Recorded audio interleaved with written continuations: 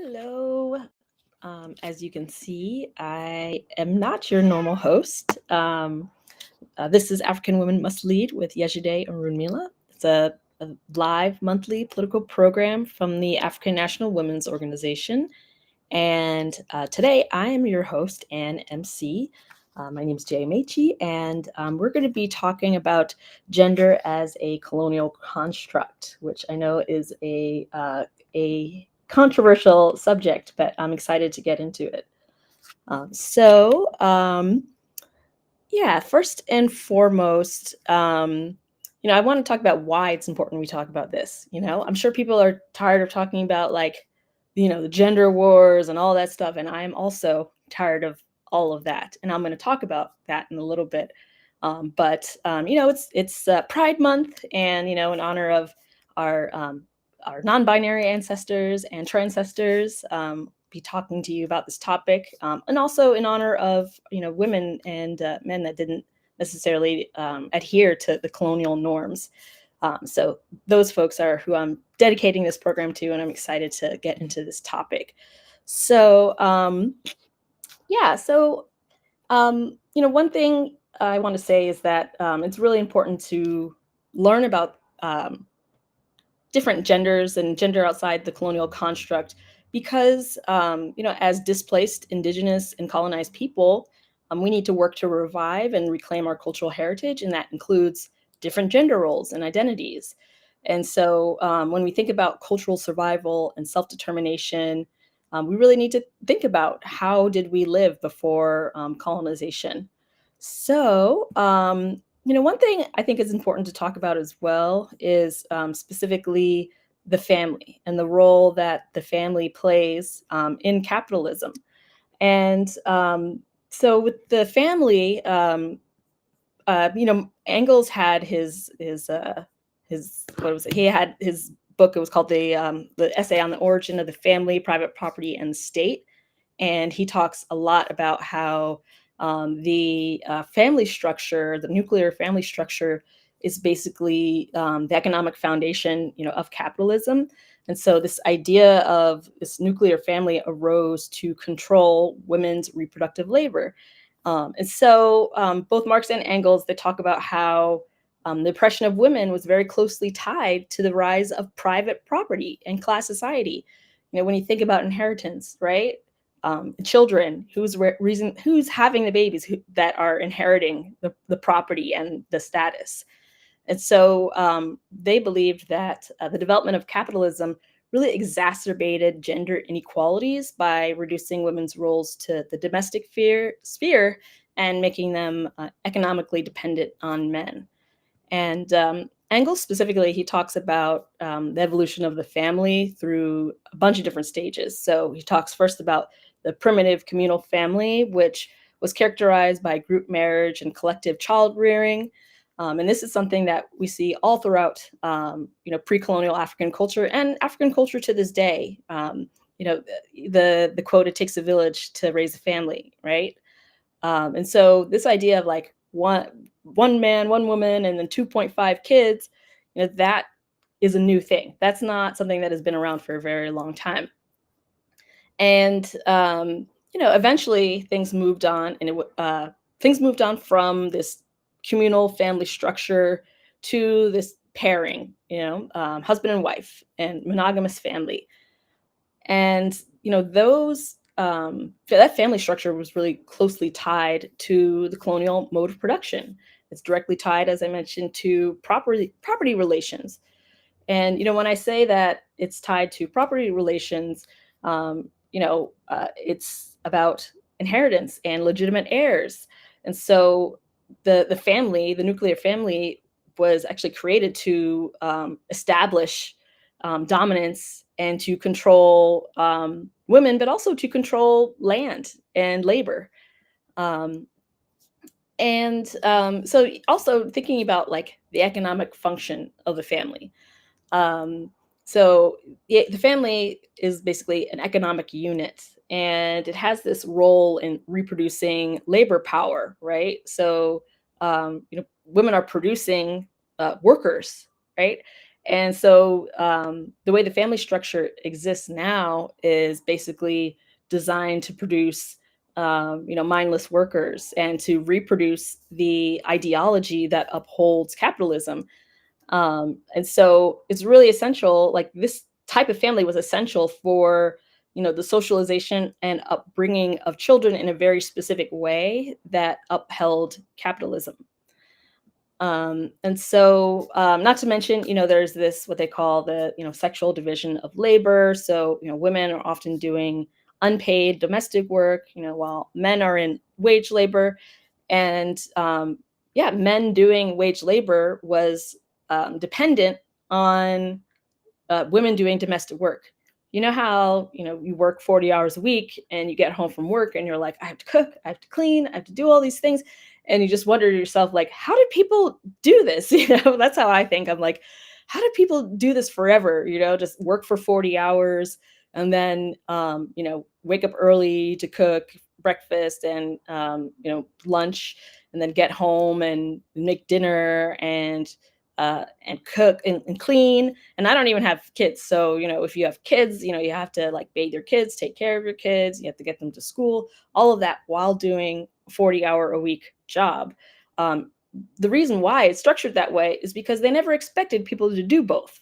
The expectation was that men are going to go home and go to work, and that men will go to work and women will be home taking care of the house, raising the children, making the meals, cleaning, all of that. Like there was never this expectation that we would do both. And that's why probably uh, we all feel so tired at the end of every day and tired at the end of every week, because we have so much yeah, I mean, we have so much to do between our labor and the or the domestic labor. And often domestic labor is not even acknowledged or recognized. So, um, you know, specifically, I want to move away from talking about the family and talk about like binary thinking in general, right?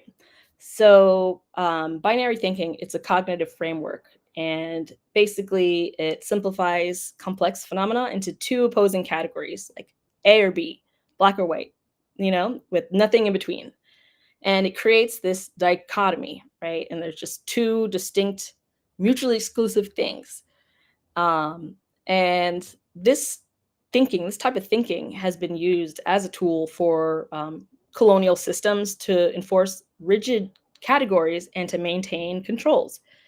And so when dominant culture simplifies identities and behaviors into binaries, then it's easier to impose like social hierarchies and to justify inequality. One thing I think it's important to think about is the erasure of complex identities.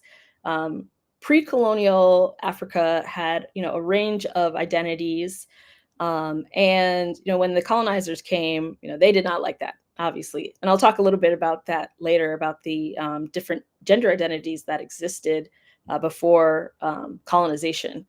So, binary thinking, it reduces the complexity of human identities and experiences and relationships into these opposing categories, and it really does not capture the rich diversity of human existence. From tribe to tribe, from continent to continent, from country to country, nation to nation, there is a rich diversity of experience, and that includes people's relationship with gender. And for those that didn't fit really neatly into that category, for example, people that were more gender fluid or people that were intersex, they were often, maybe erased or marginalized and oftentimes even killed. And so their identities are not just invalidated, they also get this, physical harm often, in addition to like social and psychological harm. And binary thinking, it supports hierarchical structure, and it can create this division between us and them. So thinking about like the culture wars, men versus women, like that is part of the binary thinking. Um, and it's really the foundation of a lot of oppressive systems like white supremacy. And it's also this kind of thinking can be used to discriminate against people. So when there's these rigid categories, it provides this rationale for excluding people. Oh, you don't fit in this box or this box, therefore you don't get anything. You don't get to be here at all. And it just legitimizes unequal treatment based on like the perceived differences in terms of gender. So another thing I wanted to mention was about how binary thinking and or colonial expressions of gender really pressure individuals to conform to really predefined roles and expectations. So men go to work, women stay home. Men are strong and you know and forceful or angry, and women are soft and meek. These kind of binaries people were basically forced into, and people that would not be forced into that, people that deviated from those norms, often faced ostracism, violence, and legal repercussions as well. But before the colonizers came, we had all different expressions of women. There were women queens and women kings even, and so women weren't just meek or soft. They weren't just staying home. They were a big part of African society. They ruled things. They were part of the world in a way that the colonial understanding of women is not the case. Um, and it's a really limited perspective, this kind of binary thinking. It really prevents us from like appreciating the full complexity of things like gender. And it can stifle cultural growth by dismissing ideas that don't conform to this binary. And it's like polarizing as well. I mentioned before, like the culture war, and this kind of polarizing thinking, it really fosters conflict and division, and so it prevents like the working class and from joining together and uh, basically throwing off the chains of the ruling class. Like it's one of many ways that we're divided in order to keep us from throwing off our colonial chains. um, and the so I'm talking about this binary thinking because obviously I want to talk about the gender binary and how it enforces strict roles for men and women. Um, and I want to talk about the cultural norms that exist, and how gender is related to those. For example, thinking about um, uh, like racial purity, and thinking about yeah, all different things. Like there's these norms that are also associated with gender and colonialism, and they're tied together. Um, yeah, so another thing I wanted to talk about was basically when the colonizers came to the Americas. They obviously had their ideas about the way society was supposed to be. They had their uh, rigid ideas about gender. They had Christianity. They had their Christian belief. They had all of that. And so when they come over to the Americas, they're basically just shocked by what they see. They're just outraged. Diego Alvarez Chanca, who accompanied Columbus, he wrote in this letter in 1494. He talks about the Carib people, and he talks about this habit of young men who would remove their masculine organs and develop feminine characteristics. And he, of course, was horrified by this. And in 1511, another colonizer, Peter Martyr Dangira, he published this book. It was called De Orbe Novos Decades. And basically, he talks about how when he was on the Isthmus of Panama, he sees, some young men, the brother of the king, and young men who were dressed effeminately and wearing women's clothes. And the result of that was the colonizers threw 40 of those men as food to the dogs. They were torn apart by dogs. This is how outraged they were by it. They considered this like, they considered not sticking to this gender binary to be this sin against God, and this like this mortal sin, and around 1526, we have Nunez Cabeza de Vaca, and he talks about the diabolical practices, the diabolical practices of a man marrying another man. Like that sounds almost absurd, like, oh, it's so diabolical. Um, but he talks about these effeminate, impotent men that dress like women and they perform women's duties. But they also, in addition to performing women's duties, they fired a bow and arrow. They carried a lot of loads. They were doing like heavy physical labor. And oftentimes, these folks, these, effeminate, non-binary folks, they were actually taller and sturdier than, the other men, like the men that identified strictly as men. And so when he sees this, he again is just like, the colonizers are just in shock, and of course they persecute the indigenous people because of, their beliefs around how gender should be. And in 1526, there was another book that was written. It was called The Natural History of the Indies, by Fernandez de Oviedo. That's how you pronounce it, I think. Oviedo. Fernandez de Oviedo. And he talks about how, very common, these youths, they wear naguas, which are skirts. They wear naguas like women, and they wear strings of beads and bracelets and other things used by women as adornment. But they do not use weapons. They do not do anything proper to men, and they occupy the house in ways and do chores in ways that are customary for women. And so he notices this, and he's so upset about it that he has to write back to, the Queen of Spain about, the degeneracy that he sees. And just a couple years later, Friar Gregorio Garcia, he's writing back home talking about, like, some men are dressed as women, and some fathers had 5 sons that dressed him as a woman and instructed him in the way of women's work and married him as a woman. And so the colonizers wrote many, many things about, how they were just horrified by indigenous and non-colonial forms of gender. And of course, that wasn't just in, like, most of those examples I gave were in South America, and there were many other examples all over the world. In North America, there was this book that was written in 1850 about the Crow Nation, and the author talks about, like, males that assume the dress and perform the duties of females, and women turn men, and they mate. They talk about how they mate with their own sex, and the ethnographer Leslie Spiel also noticed in the Pacific Northwest, where I live, amongst the Klamath tribe, that there were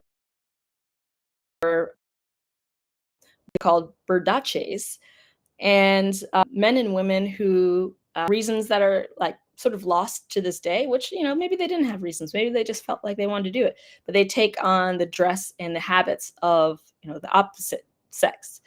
And so, besides the Americas, obviously we're Africans, and it's important to talk about non-binary identities within African culture.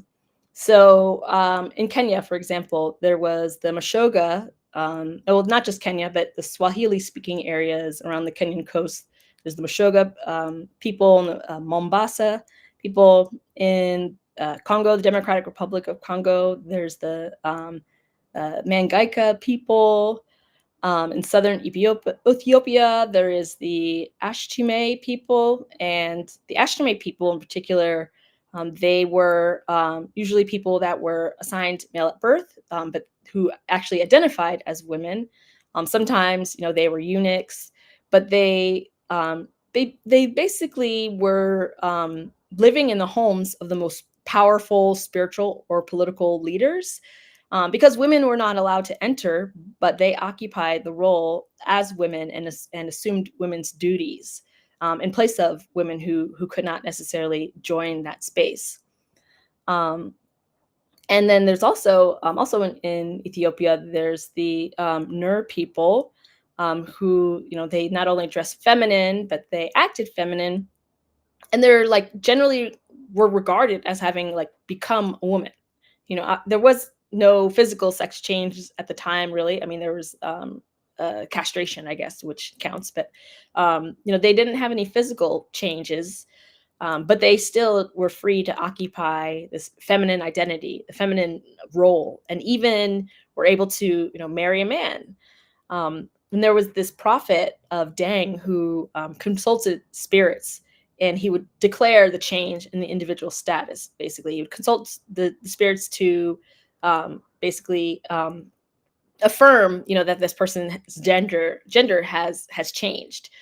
Um, and besides Ethiopia, we have spiritual figures in the Dogon religion. So there's these twins. Twins are sacred in a lot of cultures, but and twins often represent duality.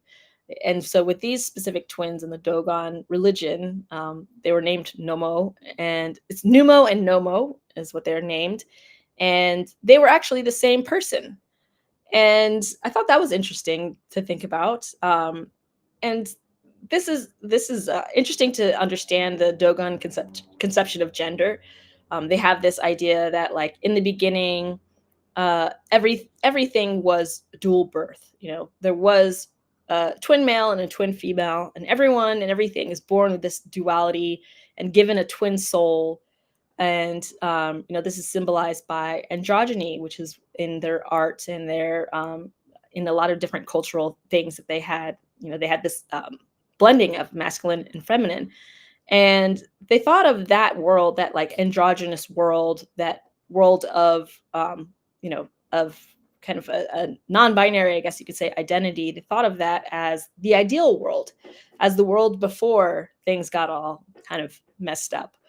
um, which reminds me of, in Yoruba culture, we often talk about how Olodumare, the Most High Creator God, is beyond gender.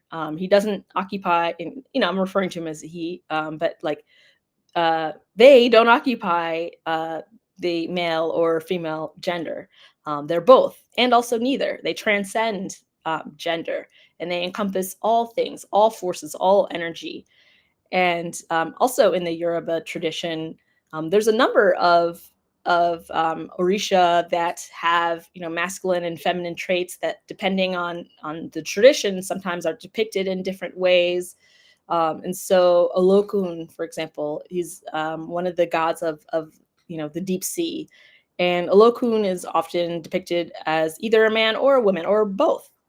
And uh, Besides that, I mentioned the twins, and so there's this the twins, representing the interplay of both male and female.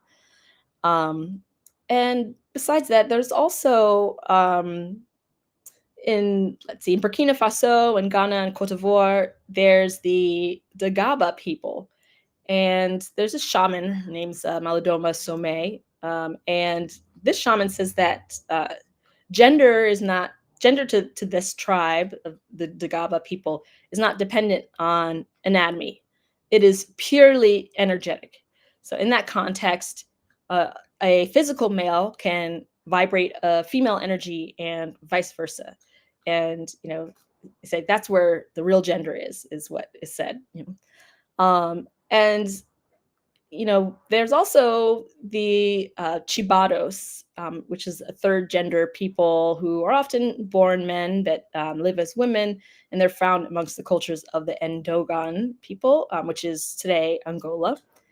And they were first described by the Portuguese, and they are often seen as these like spiritual arbiters in political and military decisions. And they would perform different ceremonies, like burials, for example. Some of the colonizers would describe Chibados as these shamans who walk dressed as women and would marry other men. And of course, the Portuguese priests and the Jesuits were just like, they were not having it. They were not into that, And they wrote about how these marriages were often honored and even prized. And of course, that was like beyond them. They could not even fathom that people would allow people to marry the same gender, that they would allow people to have different forms of gender outside of the binary, maybe a third gender or neither gender, that kind of fluidity. the priests and the Jesuits, they were not having it. And many people know about Queen Nzinga of Ndogo and Matamba. She's famous because there basically was this. Basically, she fought against the Portuguese. She's a amazing warrior woman, and obviously, as this sort of warrior, she was not necessarily occupying the colonial understandings of gender. And they tried to humble her. They really wanted to humble her as a woman, humble her as an African, because they did not see her as equal because of her Africanness and also because of her womanness. And there's a famous story where they talk about how yeah, there's a famous story where they talk about how she was going to meet the Portuguese to basically they had been fighting, and they were trying to, I think, negotiate. Um, and when she showed up to negotiate with the Portuguese, there was only one chair, and the colonizer was sitting in it. So she had no place to sit. And the goal was to make her sit on the floor in front of, this man. And the story is famous because, of course, she did not do that. Instead, she had one of her male guards get on his hands and knees, and she used him as a chair. And of course, the Portuguese were just so outraged by this. And I think that is like a really interesting story. And it really shows how, this conception of gender and traditional gender roles was just something that wasn't like that in that society. And the colonizers really wanted to impose these kind of colonial gender norms onto people. But we resisted. And Queen Nzinga is an example of that. And Queen Nzinga, she had over 50 of the Chibados, which I mentioned are like third gender people. She had over 50 in her court. Um, and they say that, she might have even used some of them as concubines, which I think is interesting.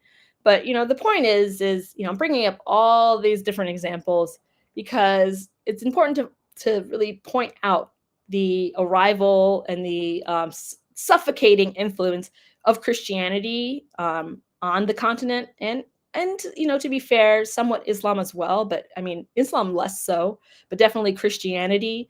They really enforce these suffocating, very rigid gender roles that made it dangerous for people that didn't fit into that binary, uh, and it was a way that they chose to.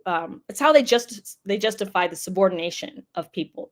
So they demonize them and to say they're doing these unnatural things and that they're going against God and all these other things, and then they would say, we need to bring Christianity to them. We need to force Christianity onto them in order to purge them of these kind of like demonic entities.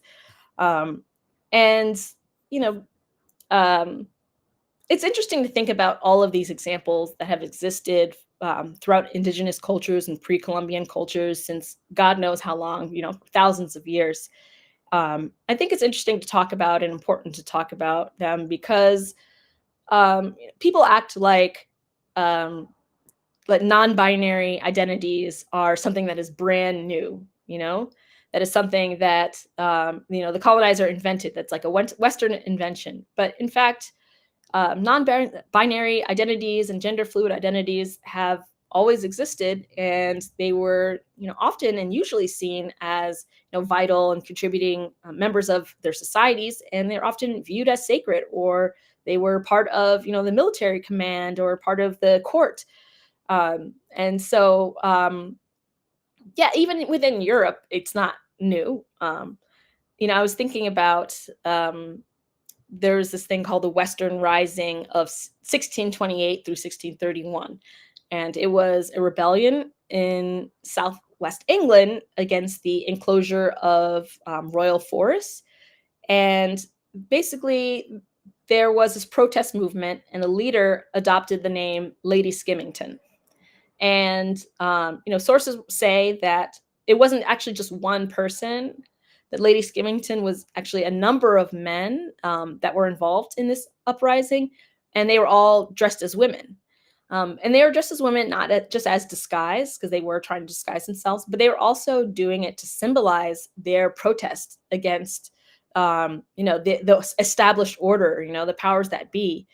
And I mentioned the Western Rising because it's so important to think, in terms of capitalism, about how the enclosure of the commons was a huge part of the primitive accumulation. And so, land back in the day, land used to be managed communally.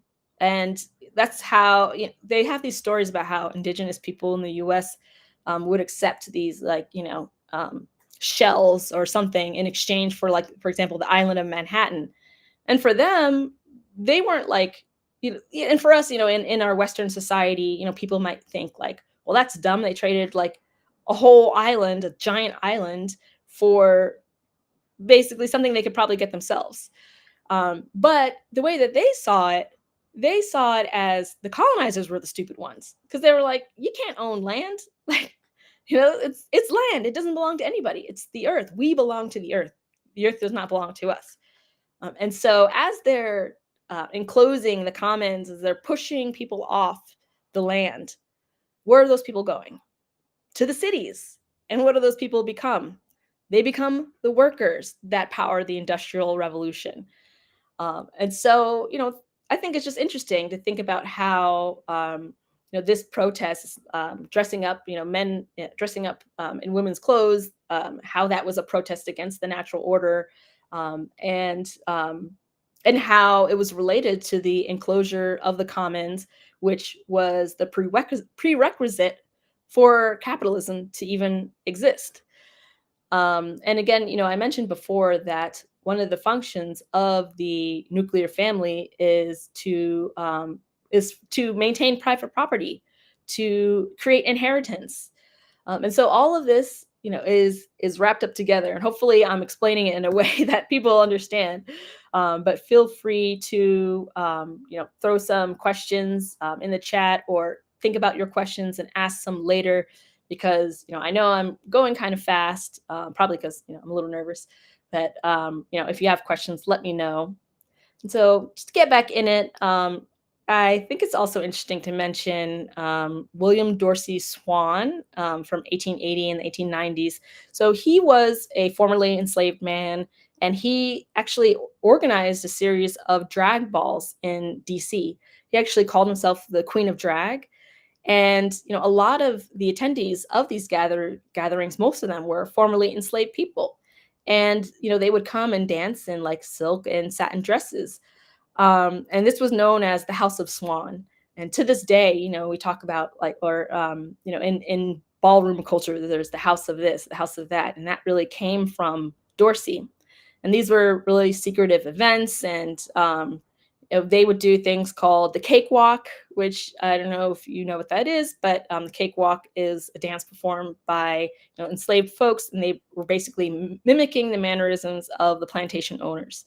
And so they would often mimic the mannerisms of the plantation owners, and also the wives of the plantation owners.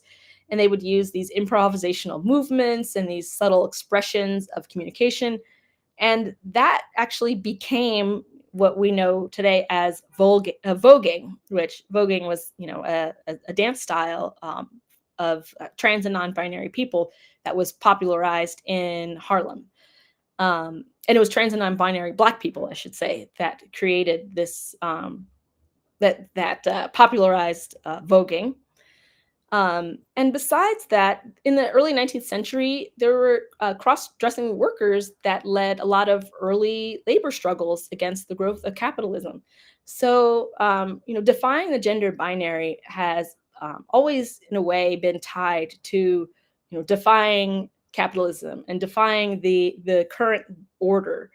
And so, when we think about gender roles and like traditional gender roles, by adhering to these gender roles, in a rigid, completely rigid way, we're actually, reinforcing the colonial mode of production, because the colonial mode of production could not exist, without capitalism, and capitalism could not exist without the separation between the domestic sphere of labor and the economic sphere of labor.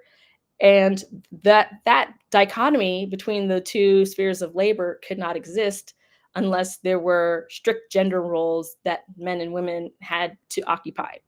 And I'm bringing all this up not to say that like everybody needs to be non-binary, or everybody needs to you know adopt the clothes of the opposite sex or anything like that. I'm just bringing it up to say that yeah, this form of resistance has always been tied to colonialism and capitalism.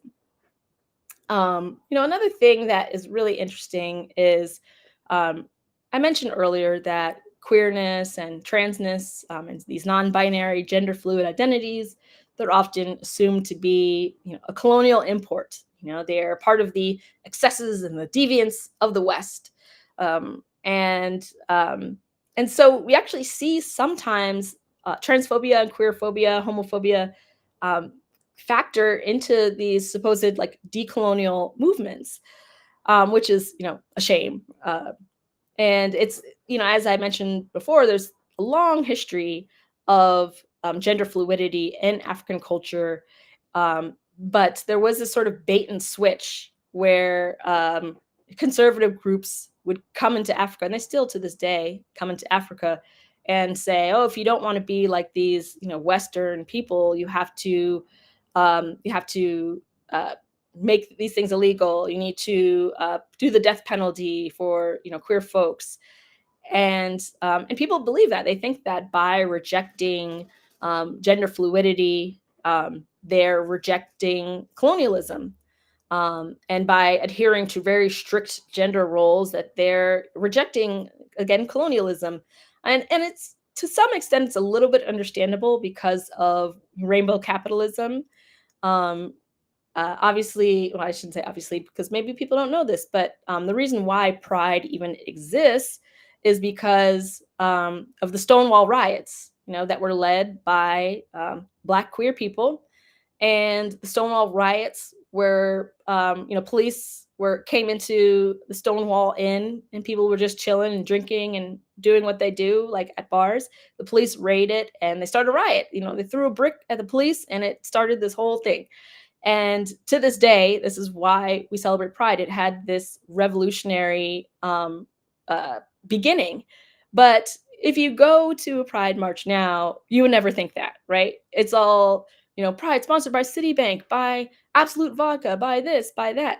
And so, it kind of makes sense that people, some people in, continental Africa right now see queerness and gender fluidity as this colonial import, because rainbow capitalism is something that's still exploiting people. It's still upholding capitalism, and this is what capitalism does, right? It takes in things that were formerly deviant in order to neutralize them.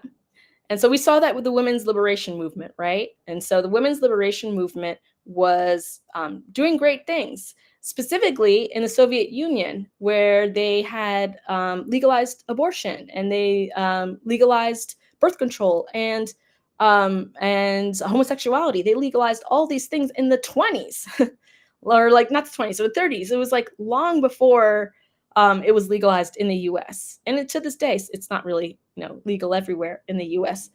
But the funny thing is that the Soviet Union had done all of those things under communism, and so they associated gender equality.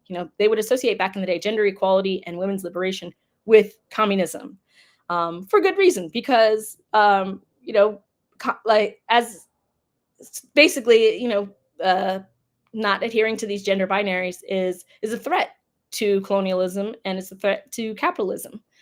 And the funny thing is about how the Soviet Union had all of these great changes for women, and they enrolled women in school, and they had all women that were educated, and they increased the literacy rate, and they did all of that. And they did all of that without this moniker of the feminist movement. They did that long before the feminist movement even existed.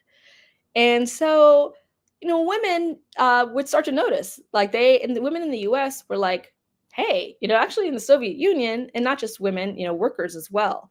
All of the little caveats and the little the thing, they just basically gave us a little piece of crumbs of rights so we don't fight, and that's what happened. That's basically what the feminist movement is, right? It is a co-optation of the women's liberation movement.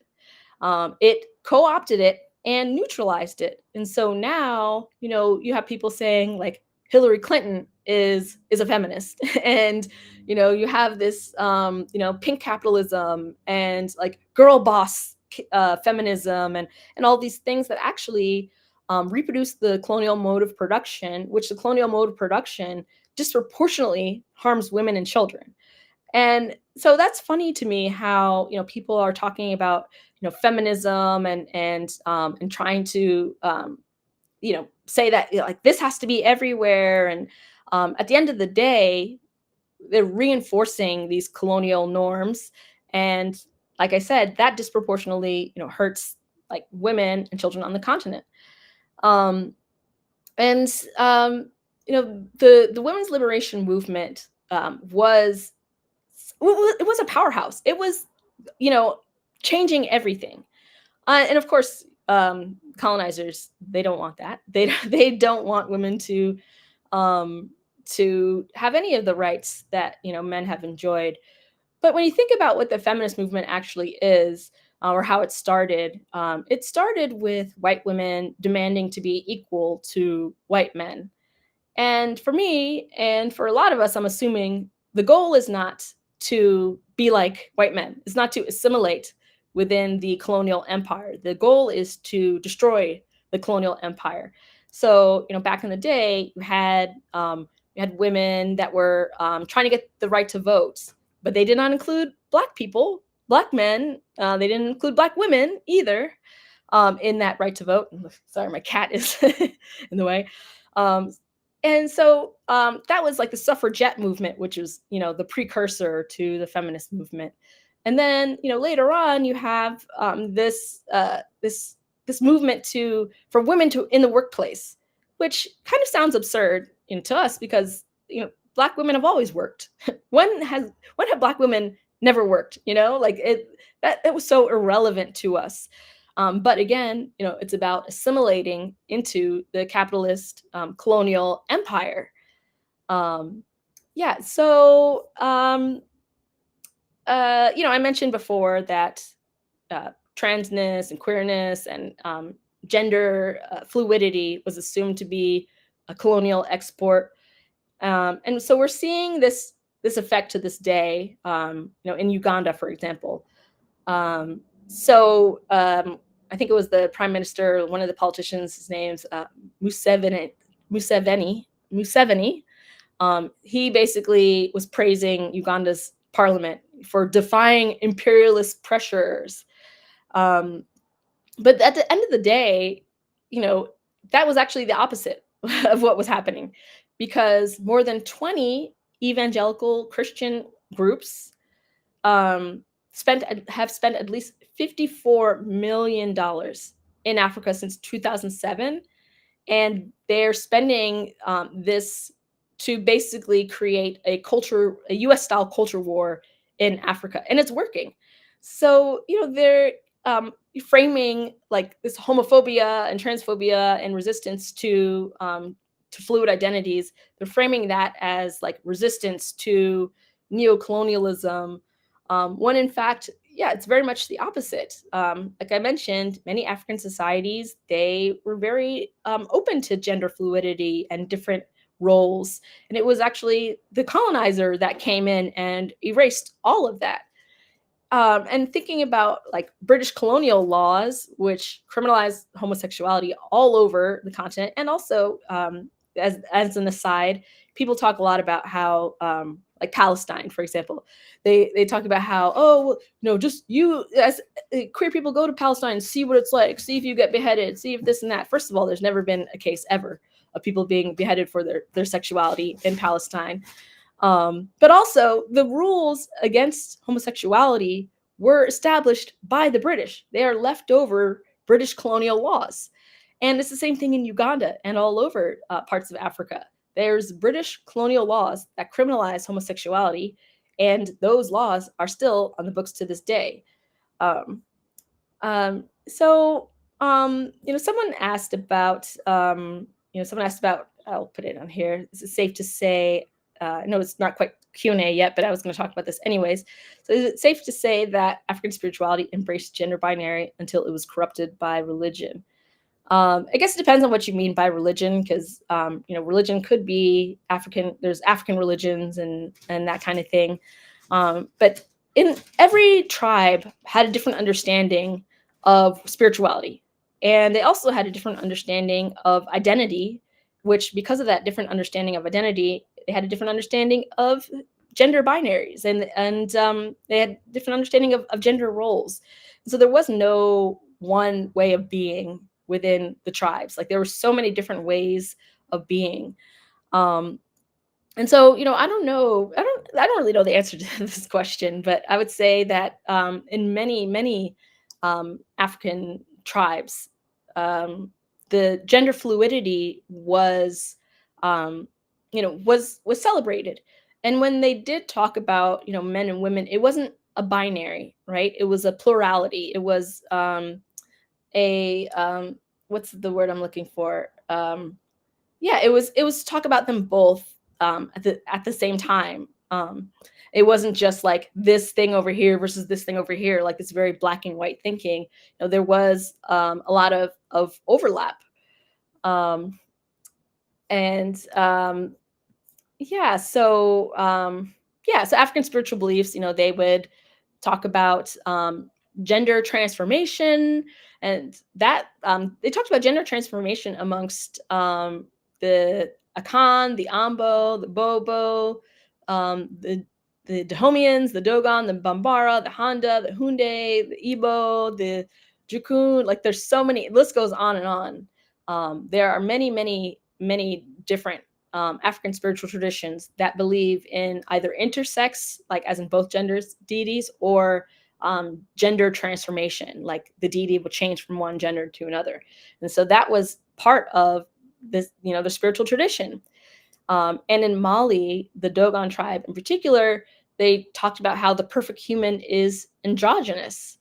And I mentioned the twins, and so they worship these spirits, these ancestral spirits that are described as androgynous or intersex.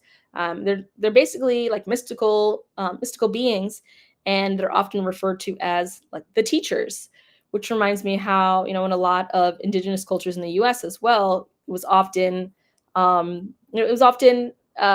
the two spirit people, as they're called, that would be seen as spiritual leaders and be seen as sacred.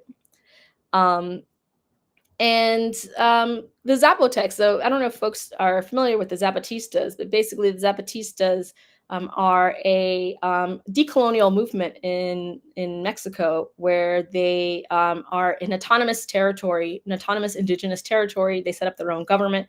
They set up their own schools and rule of law. They set up everything. They rejected the colonizers' traditions and laws and ways of being, in favor of creating their own structure and their own system. And they're really interesting because I think they're an amazing model for how we might do something like that today. How different communities can throw off the shackles of the colonizer. And they did this, obviously through armed resistance. And one of my favorite things, and I wish I thought to do this earlier, to look up the pictures of them, but I used to have, as part of, I had a collage as my background of all these women warriors, and I loved the Zapatistas. They would wear these like skull cap things, or like bandanas over their faces with these like giant guns, and like they would defended their territory. And so the Zapotec people are the people that are basically part of the Zapatistas. The Zapotec is the name of the tribe, and the Zapatistas is more like the political organization. So the Zapotecs, they had this third gender, and that gender was called Muxi, and it was basically an intermediate between men and women. And that they would play both gender roles in life, and they still exist to this day. They still are a crucial part of the community to this very day. And they're embraced as part of the rejection of, the colonial legacy, um, that they experience in Mexico, which Mexico right now, has, like the U.S., has very, very strict gender norms. And this is as a result of, Catholic and Christian ideology, which, as people probably know, was forced onto people as a means of severing people's connection to the divine, severing their connection to the land, because land, it was always a huge part of many indigenous spiritual traditions. And so instead of like having this connection with the land where my hands are in it and I feel the deep connection, this material, it was almost all indigenous spiritualities and religions are material based. They're based on um, the land, the animals, all different plants, the things that exist in this world, and those things are spiritual. But you can touch them, you can see them. They are physical, material things.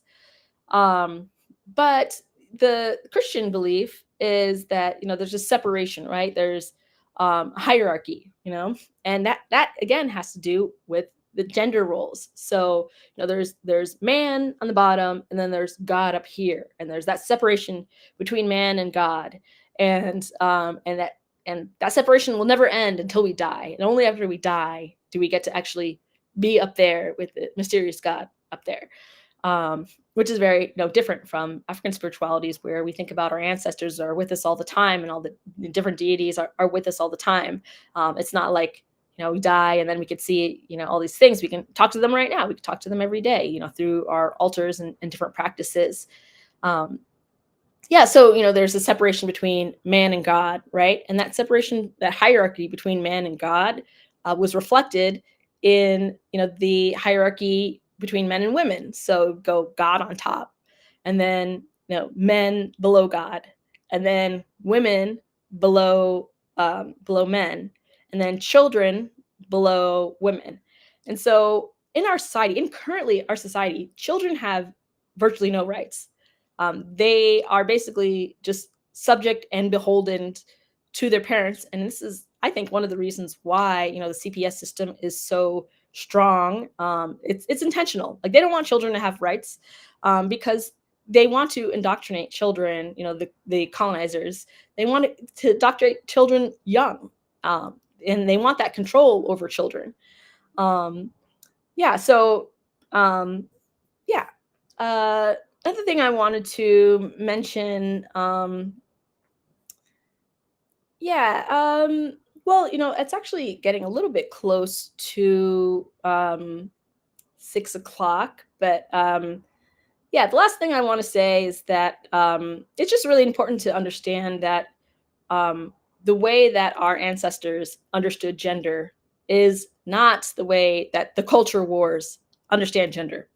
And the culture wars are a distraction. The man versus women. Do you tip? Do you pay on a date? Do you serve this person's plate first? Like, all of this is immaterial. All of this does not matter. All the Twitter fights and the TikTok fights about men versus women, and that they are a distraction, and they are distraction, and they're separation on purpose in order to prevent us from rising up. And so, when women see, all men as oppressors, that is a flattening of experiences. And men have a variety of experiences. And the same thing, when women see women in a specific way, that flattens their experience. And I think specifically about, in places like in Palestine, and throughout history, and throughout slavery in the US, they use the assumptions about men in order to persecute specifically colonized men. So, there was this assumption that men could not control their urges, and that they were aggressive. And so they would paint Black men in that exact way, and lynch them. And then they would have, these white women who were presumed to be, innocent and soft, who weaponized this perception of women, against men in service of white supremacy, in service of colonization. So, when you see people having these gender war things, first of all, like, I know it's tempting, and I've definitely been there to jump in the conversation and say your piece. Like, like, some of these things are so ridiculous that it's so tempting to just jump in there and say something. Like, but I would just say that it's so important to recognize that these culture wars, like this way of understanding gender, is part of the colonial mode of production. It is part of how we are maintaining a separation between genders instead of, coming together and um, throwing off the chains of capitalism. And we saw a lot in Burkina Faso, and with also with Cabral, and these different leaders, these revolutionary leaders. Some of the first things that they did were to raise the status of women, to raise the literacy rate, to put them in schools, and do all of these things. And as soon as these revolutionary governments were toppled, then women went right back to this lowly status. And so it's important to understand that, when we have, like, when we're fighting against the colonial mode of production, when we're resisting colonization, we have to also resist the identities that are put onto us. We need to be thinking about, like, how do I identify outside of the colonial mode of production? Because the colonizer will tell you that you have to identify this way in order to exploit you. But that doesn't necessarily mean you have to identify that way. And also, it's okay to identify also with your gender, and it's just about flexibility, and about understanding that there's not one way of being. There's not one way of being a man. There's not one way of being a woman, and that there's a lot of fluidity that has always existed and will continue to exist. And the only reason why we're seeing this like queer capitalism, and pink capitalism, is because capitalism co-ops radical movements. And so the queer liberation was a radical movement against police, which, as we know, police are the lapdogs of capital. They are the attack dogs of the ruling class.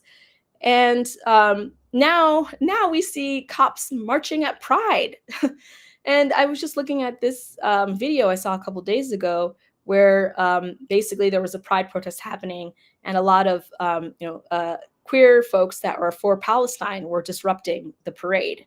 And the police are beating, and doing all this stuff, hitting, and trying to arrest, and the queer folks that are for Palestine, in order to have this, like, capitalist parade with all of these corporate sponsors. And so police are in there just, like, trying to maintain this white supremacist, this dominant mode of thinking, even within queer culture.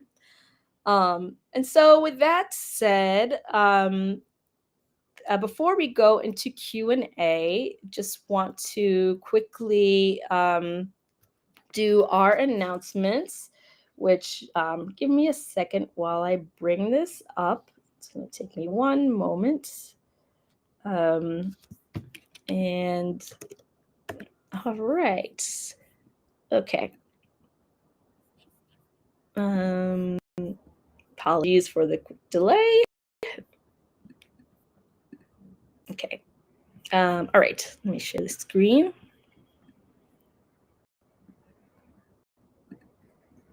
All right. So here are our announcements. Okay. So, yeah, of course, join ANWO. It is the only anti-colonial, anti-imperialist revolutionary organization for Black women. So the link is over there, anwohuru.org/join. Yeah, donate today. So, if tonight's program has inspired you, we call on you to join the organization, and also to donate as well. So ANWO is leading on everyday issues concerning African women. And we're not just on the internet, we're in the ground or on the ground, organizing for African liberation. So yeah, join this international collective, donate to us. Let me play this. Oops. I don't know if I can play this video. Give me 1 second. All right. Play this video real. The African National Women's Organization Liberation Center is an ambitious initiative born from the vision to transform 4617 Natural Bridge Avenue into a vibrant facility. This space, generously donated by the African People's Education and Defense Fund, will become a working-class embassy, a hub for community empowerment, and a testament to the resilience of African people. But we can't achieve this vision alone. We need your support to bring this dream. Your donation toward our goal of raising $60,227 will fund the comprehensive rehabilitation of the property. Why should you donate? Because every contribution brings us one step closer to providing working-class African women with a property of their own, a place where they can heal, organize, and thrive. Why are we doing this? Because we are committed to advancing the cause of African self-determination. Our center will provide vital cultural, social, and community spaces that celebrate African people and serve as a catalyst for change. Additionally, as the headquarters of the African National Women's Organization, the center will serve as a national and local organizing space empowering African women and femmes in our struggles against the impact of colonial capitalism. Your support can make a profound difference in our efforts to uplift African women and femmes. Join us in our mission to strengthen our community, nurture resilience, and pave the way for a brighter, more equitable future. Together, we can ensure that the flame of African self-determination burns brighter than ever before. To donate and to learn more about the project, visit bit.ly/AnnualCenter1. All right, yeah, so hope you enjoyed that video. Show us some material solidarity by funding the Liberation Center of African Women. And, as I think the video mentioned, support the rehabilitation of historic St. Louis, the Black community there. And they're working on an international headquarters, and that's what this center is. And besides that, there's also the One Africa, One Nation Flea and Farmers Market, and that's to support African economic development. And there's other events all over the country. ANWO is an organization of African poor and working class, so we need your support to make these things happen. And if you can't become a member, consider becoming a sustaining donor. Don't wait till the program ends. Pledge your support now. And with donation levels starting at $5 a month, start or renew your support today. We also accept one-time donations of any amount. Wear your politics with ANWO. ANWO's shop features t-shirts, sweatshirts, travel bags, mugs, hoodies, and even socks. Profits from the merch sales support the campaigns of ANWO, including Arrest CPS, Uhuru Kijiji Child Care Collective, and the War Council. Become a decolonizer and support ANWO Economic Development Project, Decolonize Hair and Body. Decolonize Hair and Body are natural personal products that highlight ingredients and traditional care practices used by Indigenous people around the world, in addition to featuring images and quotes of African revolutionaries. And they are really good, definitely amazing. From butters and conditioners to oils, Decolonize has you covered from head to toe.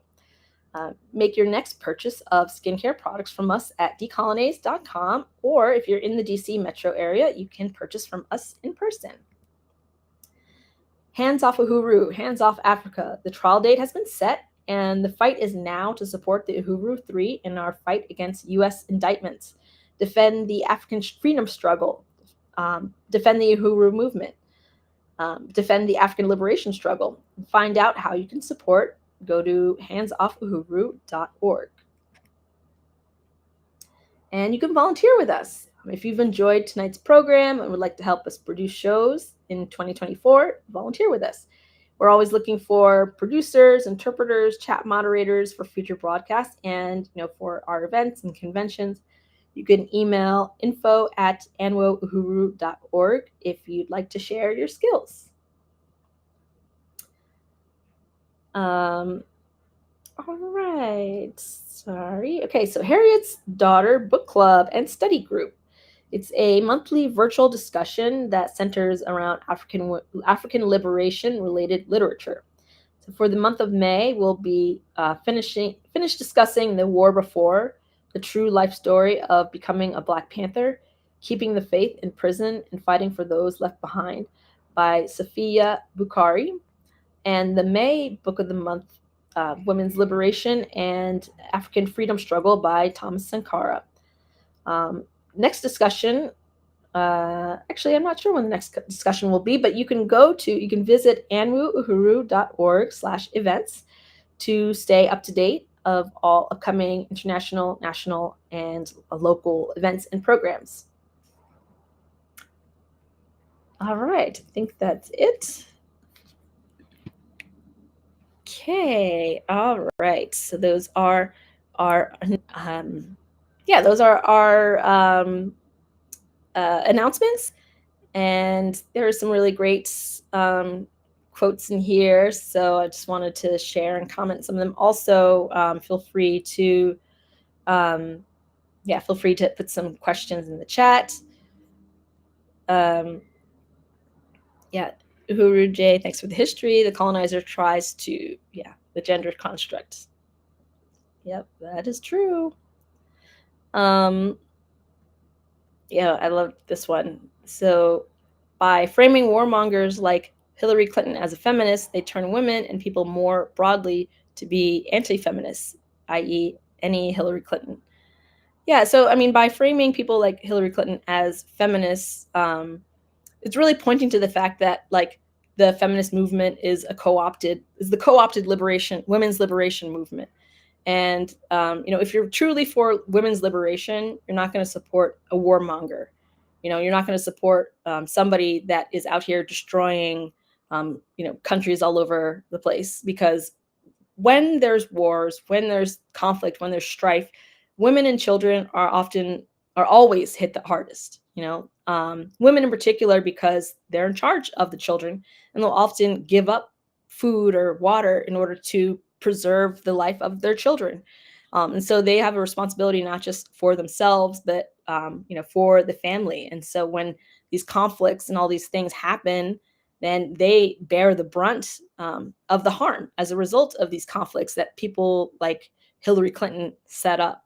And so they could sit here and try and that's another thing that's interesting, and I did not mention, but I meant to mention, was this idea of like imperial feminism, where they use different norms that other cultures might have. They use those other norms as an excuse to bring them democracy, for example.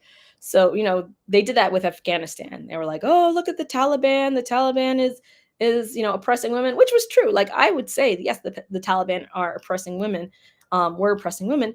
And also, when the US came in, it's not like they weren't oppressing women. It's not like they weren't shooting up women and killing women's children. And, the starvation that happened as a result of the US stealing all of Afghanistan's money, like all of that hurt women. So to say like, oh, we're invading Afghanistan, when, they use that as one of the reasons, to liberate, women and give them a better life or whatever, and get rid of the Taliban, when in fact they made things worse. The things were actually better under the Taliban for a lot of women than they were under US imperialism. It also has me thinking about just the Middle East in general, how that's often used as a framing that we need to like go in there and liberate people. And meanwhile, a lot of those countries, thinking about, for example, Iran, they had a leftist revolutionary government, and you can Google online these old pictures of Iran where the women are wearing short skirts and they're like just looking like normal women in the 60s. And the US overthrew those governments that were supporting women's liberation. They overthrew those governments.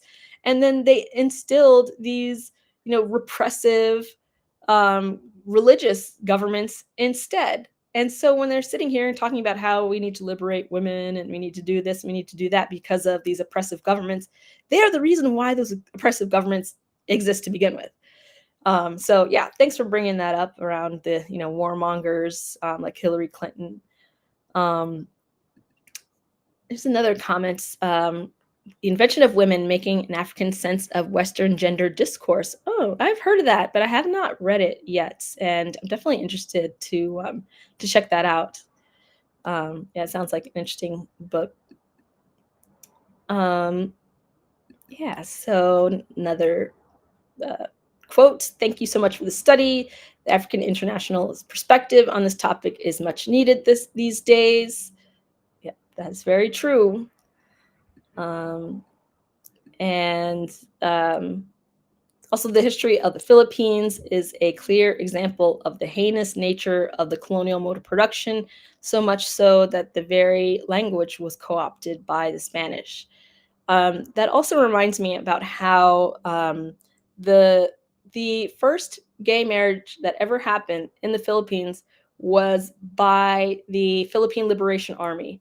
The Philippine Liberation Army has an entire queer division, and they have these like non-binary and gender fluid people that are um, basically revolting against the neo-colonialism happening there, and their part of their resistance is also in how they express their gender and how they have relationships, and so they very much tied that together, fighting the colonial mode of production and also um, you know enforcing their own sense of identity and rather than just adopting the identity that was forced onto them. Um, yes, Viva Chiapas. That's where the Zapatistas are from. Um, and let's see. So we have once it is understood that European colonialism is the primary contradiction facing the world today, we can understand that all social contradictions stem from that root. Yes, that is 100% true. And that's the thing is that, you see a lot of these like white feminists that are out here and they're trying to say that like patriarchy is the primary thing that we have to worry about. And it's like, obviously, we live in a society where men are given preferential treatment in a specific way as a result of European colonization, and also, like I said, it's a result of European colonization. And if we want to fight the inequality between the genders, if we want to fight for women's liberation, we can't do that in the capitalist colonial context. Like it will always rely on specific hierarchies, including a gender hierarchy. So if we want to fight against women's oppression, then we have to look at European colonialism. We have to fight it because, like you said, it is the primary contradiction facing us. Um, yeah, let's see. So to be for queer liberation is to be for Black power. Yes, I would say so. I mean, it's not like sometimes when you say stuff like this, people are like, "Oh, are you like talking bad about straight people or whatever?" So obviously that is not the case. But I think it's important to think about how the majority of a lot of the gender liberation in terms of non-binary and trans identities, like a lot of that liberation work was led for and by Black people. I mentioned Stonewall, I mentioned William Dorsey. A lot of those movements were part of them rejecting the colonial way of being. So thanks for mentioning that. Children have no rights. Yeah, it's 100% true as a result of that hierarchy. There's God right up here, and man and woman. And then there's actually, I've seen this comic, and I don't know, maybe people have seen it before, where basically a capitalist is berating a worker. He's sitting there, he's like, "Rah!" in this comic, sitting there berating the worker. And then, the worker, you see the worker and he has his hand up like he's about to hit his wife in the next panel. And so he's berating her and he's offloading his stress that the capitalists put on him onto the wife. And then you see the wife, she is spanking the child. And so she is offloading, her, anxiety and her angst as a result of gender depression onto the poor child. And then you have the last panel is the child yelling at a kitten, and it's like, it's kind of funny and it's kind of cute, but I think it also really expresses like how a lot of the conflicts that we see in our society happen. They're the results of capitalism and the stresses and the oppression that capitalism trickles down to all different types of people. From the capitalist to the worker man, from the worker man to the woman, and the woman to the child, and then the child to maybe an animal or another child that's even smaller than them. And so it's this like cascading effect of oppression that happens. Um, let's see. Comrade Je Amaechi would a discussion of the invention of women making an African make the invention of women making an African sense of Western gender discourses by Oyeronke Oyewumi be productive.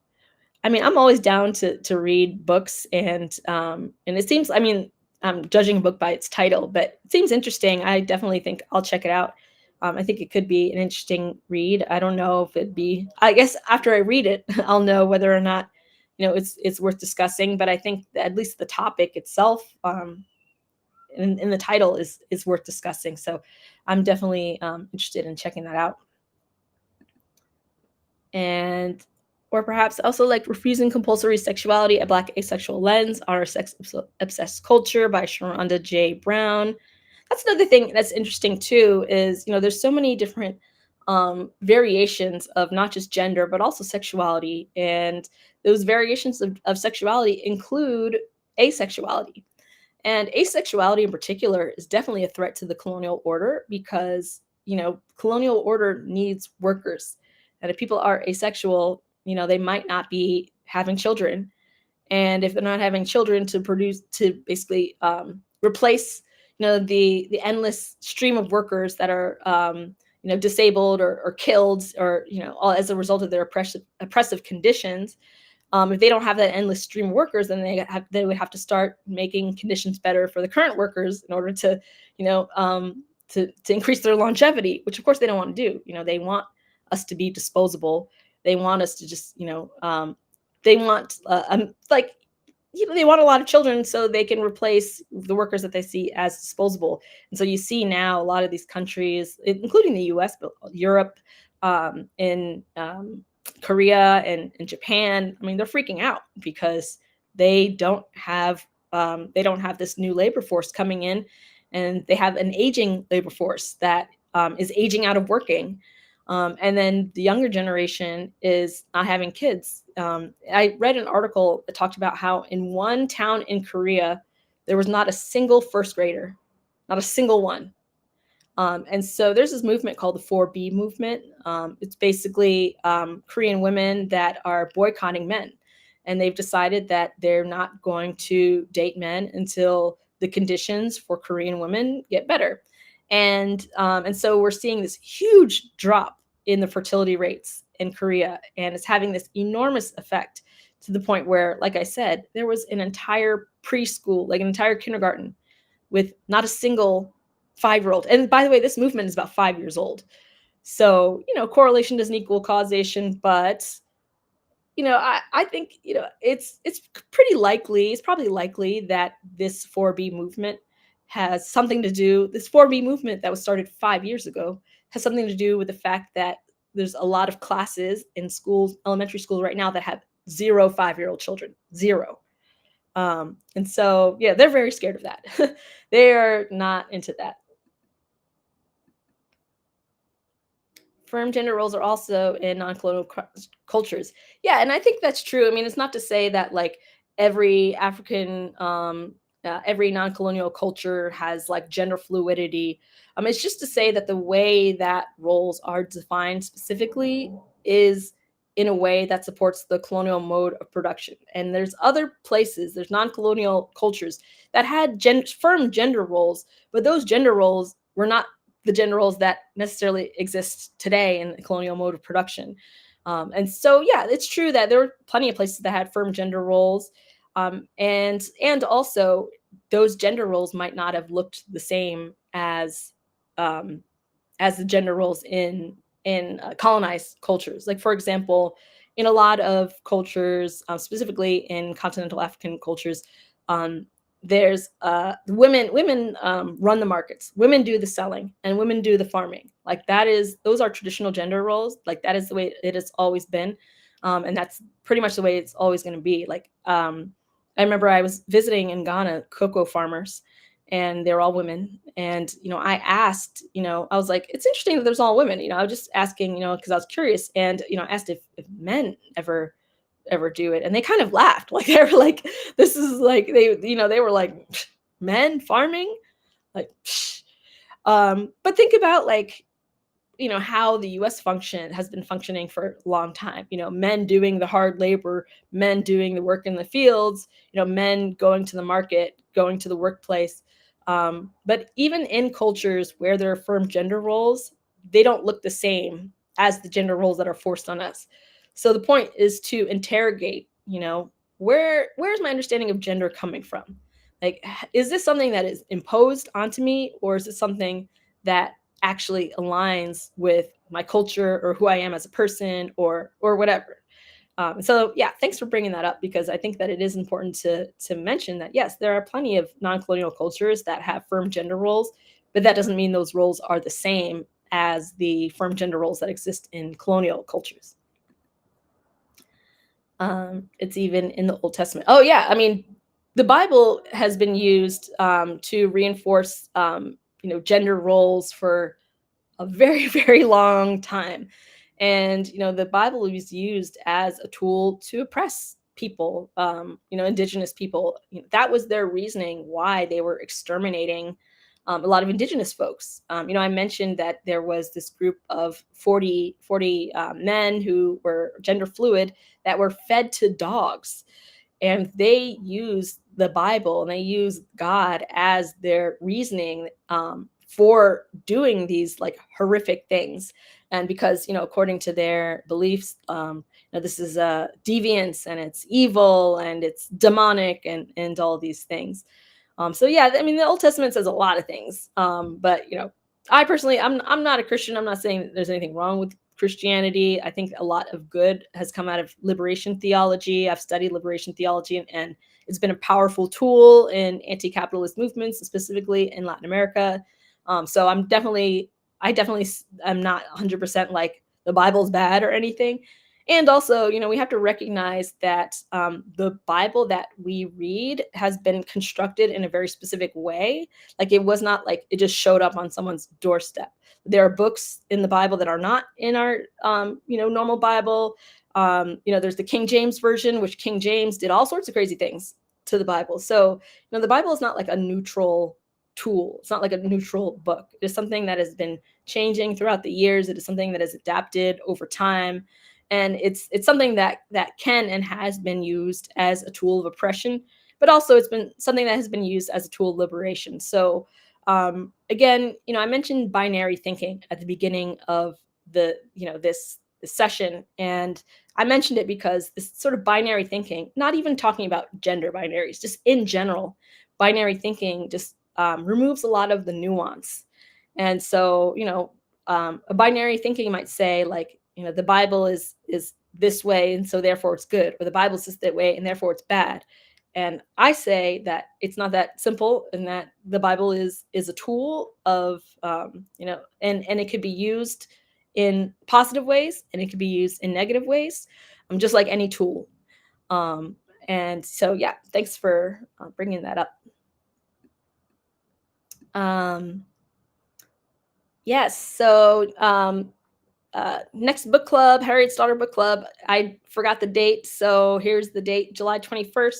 They're discussing part 1 of They Were Her Property, which is a really interesting book. I have not read it, but I have heard a lot about it, and it talks about how slavery was sort of presented and acted as kind of, in a way, not liberatory, but like uh,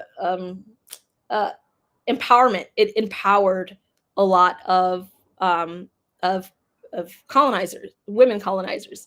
So these women back in the day, if there weren't slaves, they would be the ones doing a lot of that work. And so because they had slaves, they had property as human beings as property. They were free to do what they wanted, and it gave them freedom that they had never had in that society before. So it's interesting. The plight of gays is not equal to the plight of Black people. And again, that's a binary. Like, so it's not gays versus Black people.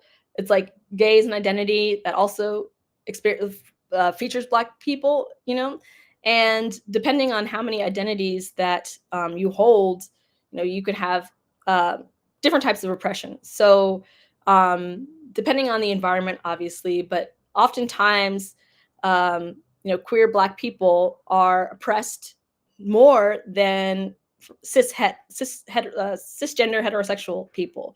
The average lifespan of a Black trans woman is 38 years old. 38. Most Black trans women do not make it to 40. And so, you can say that, like, the plight of trans people is not equal to the plight of Black people, which is true, because that doesn't make sense, because they're sort of identities. But you can't say that the plight of, for example, a cishet person is the same as a trans woman, because that's just like not the facts.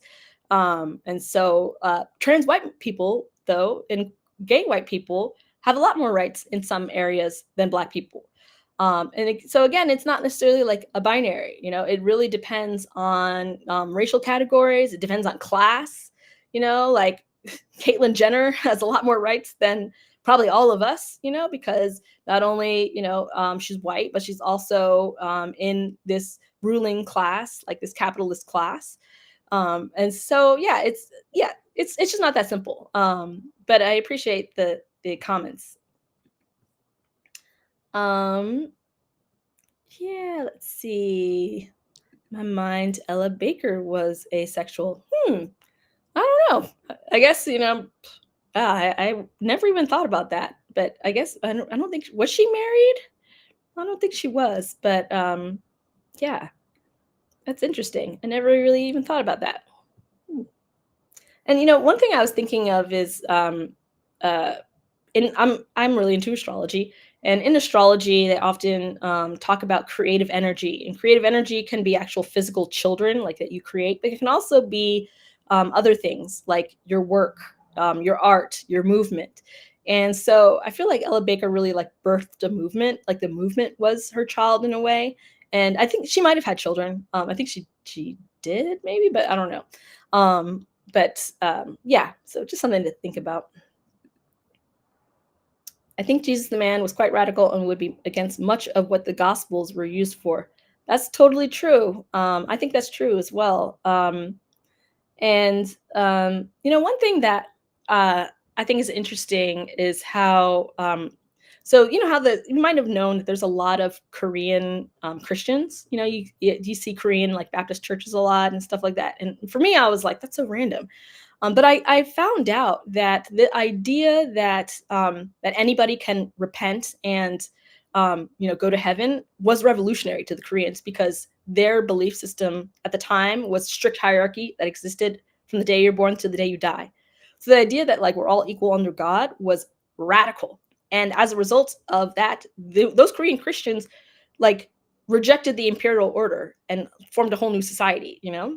And so, yeah, I think that the Jesus and parts of the Bible are definitely radical and can be used as a tool for liberation, as well as it can be used for a tool of oppression. Again, it's a tool. We're getting close to the end, but Bakla, gay trans used to be leaders in community in the Philippines, now are hairdressers and marginalized in economy. Yeah, I mean, that's another thing too, is we often see the queer and trans community that are marginalized in the economy. They can't get work. They're often turning to sex work and underground industries in order to make ends meet. And this is another reason why often their lives end very short. Their lives are very short. And I feel like this is a great way to end our night. We need all African people to be free. Yes, 100%. Regardless of what your gender is and what your sexuality is, all African people deserve freedom, and we need to be fighting for all African people, not just some African people, but all of us.